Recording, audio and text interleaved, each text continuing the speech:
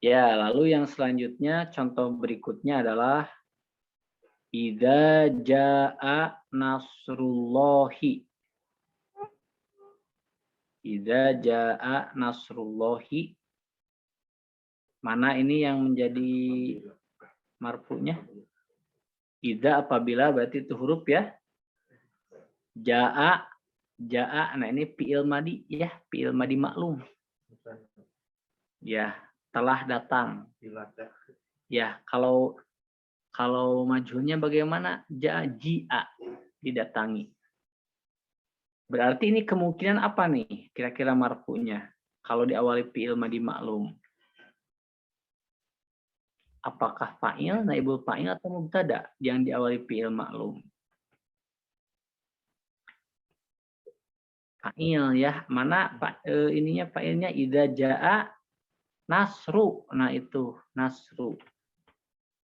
Nasru itu adalah fa'il, subjek. Jadi apabila pertolongan Allah datang gitu. Apabila pertolongan Allah datang. Jadi yang datangnya siapa? Pertolongan Allah gitu. Jadi di sini menjadi fa'il. Nampaknya ada satu baris lagi. Allahu yastahzi'u bihim. Nah, dari susunannya saja sudah ketahuan nih pada ini yang mana nih? Yang isim marfu nih. Mana isim marfunya? Allahunya, yastahzi'unya atau bihim?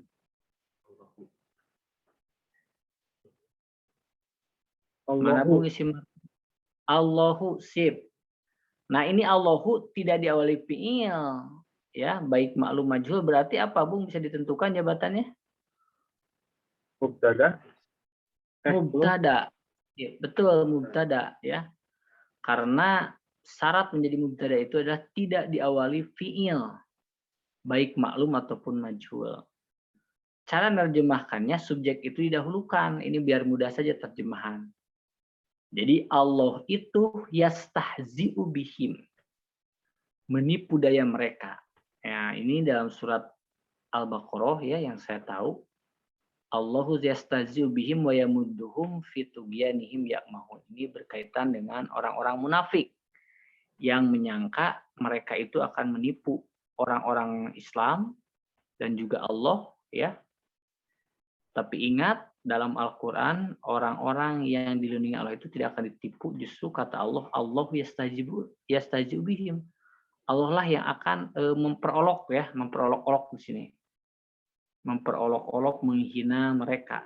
Jadi kalau tadinya orang munafik yang akan menghinakan orang-orang Islam dan menghinakan Tuhannya, justru Allah lah yang akan menghinakan Tuhannya. Dengan apa menghinakannya?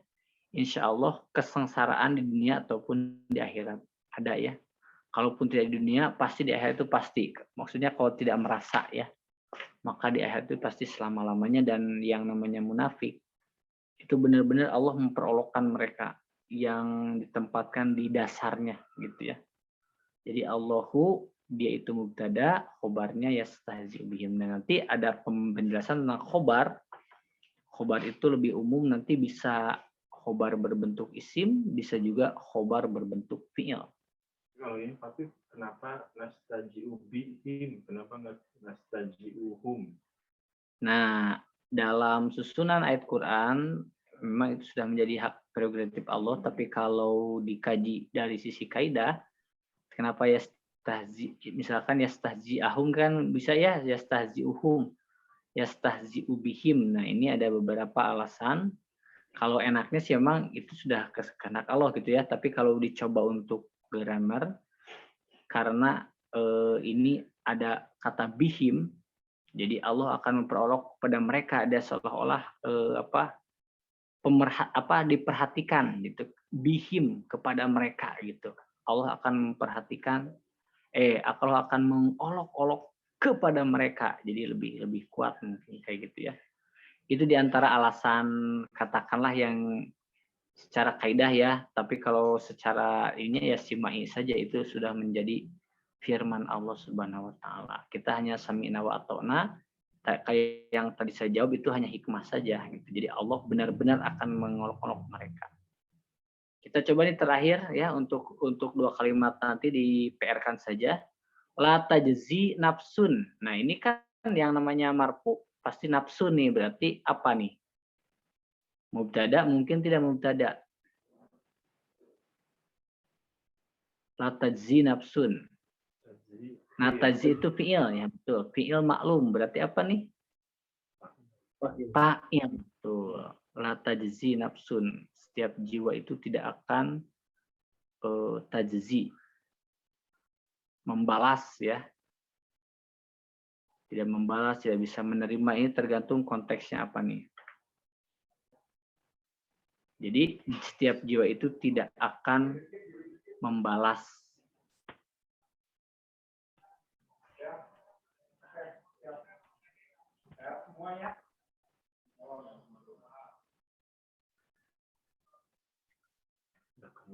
Atau tidak membalas, misalkan latazu nafsun an nafsi syai'a, tidak akan memberikan pengaruh ya, tidak akan memberikan dampak, bisa. Ini kalau ketika akhirat, seingat saya ini tafsirnya berkaitan dengan latazu nafsun an nafsin syai'a. Jadi satu sama itu tidak akan saling bisa membantu, memberikan pengaruh gitu ya. Seperti itu. Nah, ada PR, silahkan tugaskan saja di rumah. Ya berlatih saja. Innama nahnu muslihuna. Nah itu cara pertama adalah tentukan dulu mana isi marfu'nya. Setelah ketemu isi marfu, tentukan jabatan, keadaannya apa. Begitupun wala yukhadu minha adlun. Lalu berikutnya wa huwa bikulli syai'in alim, dan terakhir summa qasat qulubukum. Itu untuk latihan di rumah. Lalu yang keduanya, rubahlah kalimat di bawah ini sesuai dengan ketentuan mubtada dan khobar. Nah, ini mungkin nanti insya Allah lah kita bahas bersama. Sekian dulu mungkin para pemirsa Thalabul Ilmi kajian bahasa Arab nahwu shorof ya.